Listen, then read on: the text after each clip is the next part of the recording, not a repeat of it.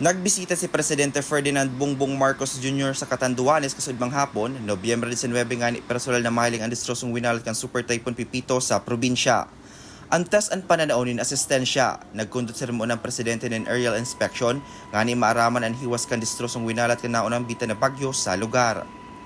Sigon kay Marcos, dakula naging distroso sa agrikultura ni Pipito kay kaipuhan ng kaining marehabilitar o rugnaan industriya kan abaka. Apwera sa agrikultura, tututukan mandakan Presidente ang rehabilitasyon sa linya ng telekomunikasyon, kuryente, maging ang internet connection. Mapadaraman ang gobyerno nasyonal ng water filtration devices o rugpata problema man ngunyan sa probinsya ang supply ng malinig na tubig. Igwa man ang mga ipapadarang construction materials as in relief packs.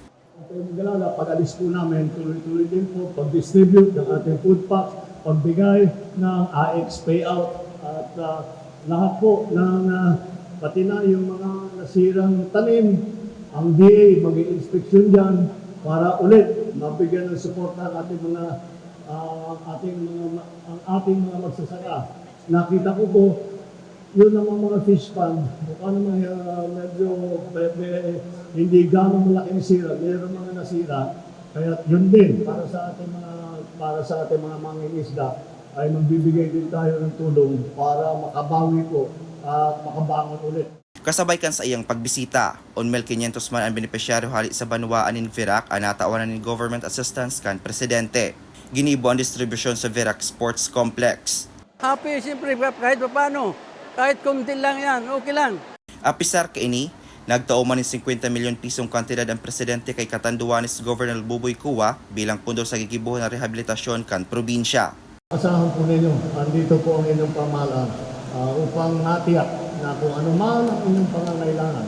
At wag po kayong nahihiya, wag po kayong sabihan kung meron talagang problema at meron kayong pangangailangan. Sabihan ninyo ang local government ninyo. Sabihan ninyo ang ahensya ng gobyerno. At gagawin namin ang lahat upang kung ano man yung problema na yun, ay nabibigyan natin ng solusyon.